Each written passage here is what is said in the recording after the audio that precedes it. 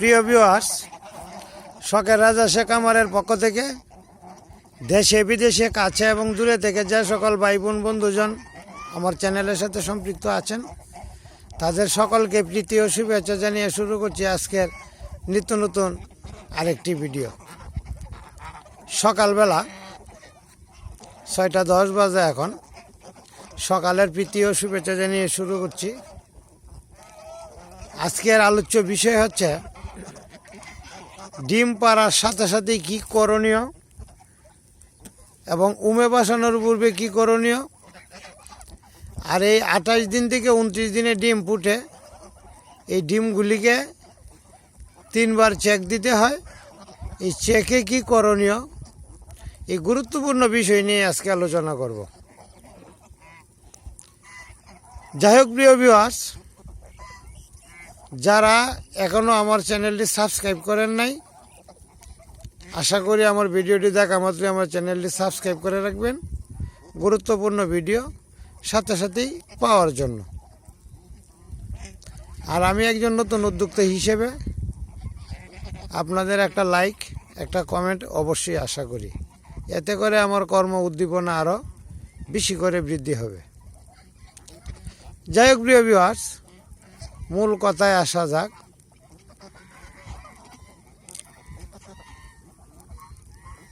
বিষয়টা হচ্ছে, এখন কিন্তু প্রত্যেক খামারেই বা যারা রাজহাঁস লালন পালন করেন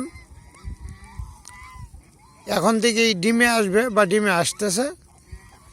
এখন ডিম পাড়ার পুরা সিজন, হয়তো বা এই মাসে বা আগামী মাসের মধ্যে একাধারে সকল হাঁসই ডিমে আসবে। পুরান হাঁস এই মাসেই ডিমে আসবে এবং আগামী মাসের 10-15 তারিখ এর মধ্যেই চলে আসবে। আর নতুন হাঁস থাকলে হয়তো বা আরও 10-15 দিন একটু সময় নিতে পারে। যাই হোক প্রিয় ভিউয়ার্স, ডিম পাড়ার সাথে সাথেই লক্ষ্য রাখবেন এবং চেষ্টা করবেন ডিমগুলি একটু পরিষ্কার জায়গায় পাড়াইতে পারেন কিনা। পরিষ্কার পরিচ্ছন্ন বলতে, ডিম পাড়ার সময় যদি অল্প পরিমাণ বন বা খড় দিয়ে রাখেন, এখানে অনেক সময় ডিম পারবে। আর এখানে যদি ডিম পারে, ডিমটা ময়লাযুক্ত হবে না। মাটিতে যদি পারে ময়লাযুক্ত হবে। ডিমের মধ্যে কোষ আছে, ছোটো ছোটো ছিদ্র যেগুলোকে বলা হয়, এই কোষগুলো বন্ধ হয়ে যাইতে পারে যদি মাটিতে ডিমটা পারে। বনের মধ্যে পারলে এই ডিমে মাটি লাগবে না, কোষগুলো বন্ধ হবে না। ডিমটা পাড়ার সময় ডিমের গায়ে একটা পিচ্ছিল তরল পদার্থ থাকে। এই পদার্থটা দ্বারাও কোষগুলি অনেক সময় বন্ধ থাকে। ডিমটা পাড়ার সাথে সাথেই আপনি হালকা কুসুম গরম পানি দিয়ে সুন্দরভাবে সুতি কাপড় দিয়ে ডিমটাকে পরিষ্কার করে নেবেন। যদি পরিষ্কার করে রাখেন, কোষগুলি বন্ধ হবে না, ডিমটাও সতেজ থাকবে। কারণ একটা রাজহাঁস একদিন পর পর ডিম পারে। 10টা ডিম পারতে গিয়ে তার 20 দিন চলে যায়, 12টা ডিম পারতে গিয়ে 24 দিন চলে যায়। যেহেতু একদিন পর পর ডিম পারে, সুতরাং এই 15-20 দিন ডিমগুলি রাখতে হবে। তো 15-20 দিন যদি এই ডিমটা রাখেন, তাহলে আপনার যে পিচ্ছিল পদার্থটা এটা শুকায়া কোষগুলি বন্ধ হয়ে যায়, যা অক্সিজেন টানতে অনেক বাধা সৃষ্টি করে।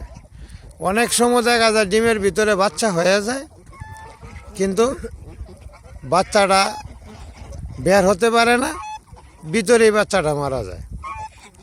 ডিমটা ভারী লাগবে, ঝাঁকি দিবেন, নড়াচড়া করবে না, কিন্তু ভাঙবেন, দেখা যাবে ভিতরে বাচ্চা হয়েছে কিন্তু মৃত। এই মৃত বাচ্চা থেকে মুক্তি পাওয়ার জন্য আপনি অবশ্যই এই কাজটা করে রাখবেন।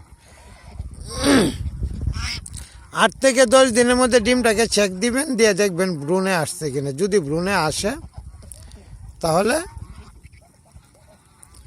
একটা ভ্রূণ সৃষ্টি হবে ভিতরে, হয়তোবা গোল, হয়তোবা কিছুটা লম্বা, এইরকম দেখা যাবে।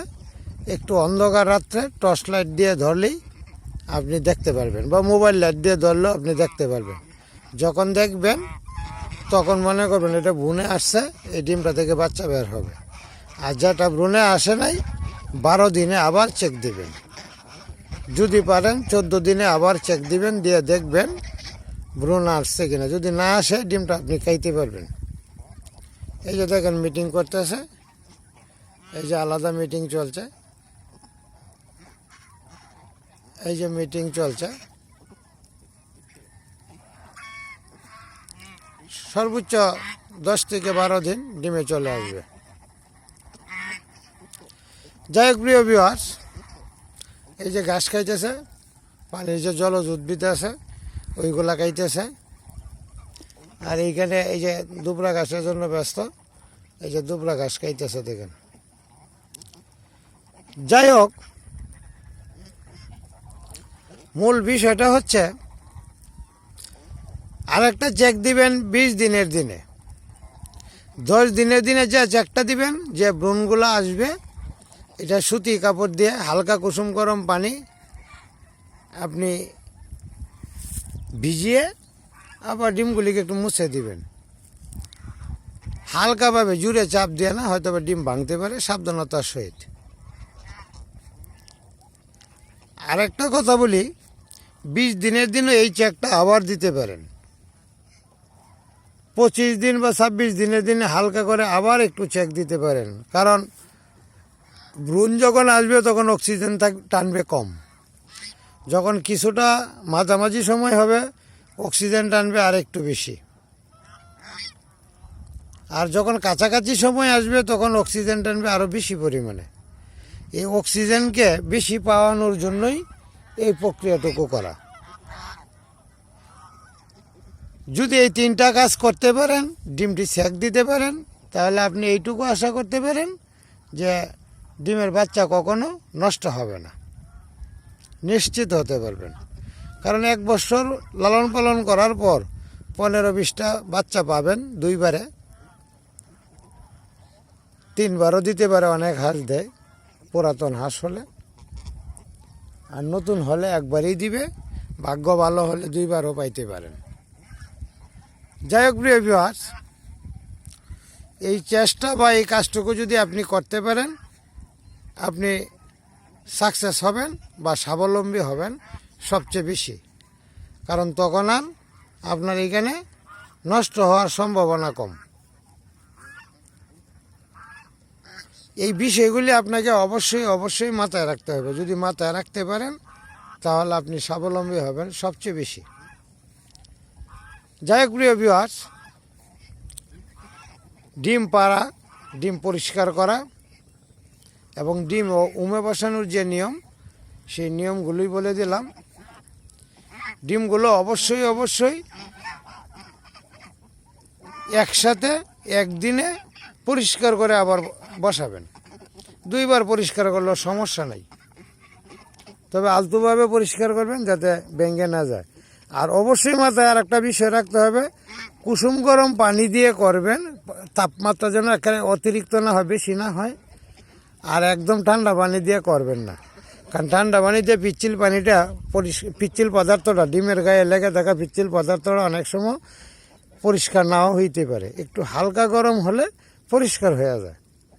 আর বেশি গরম দিয়ে করা যাবে না, কুসুমটা জমাটবদ্ধ হয়ে যেতে পারে। এই বিষয়টা আপনাদের মাথায় রাখতে হবে।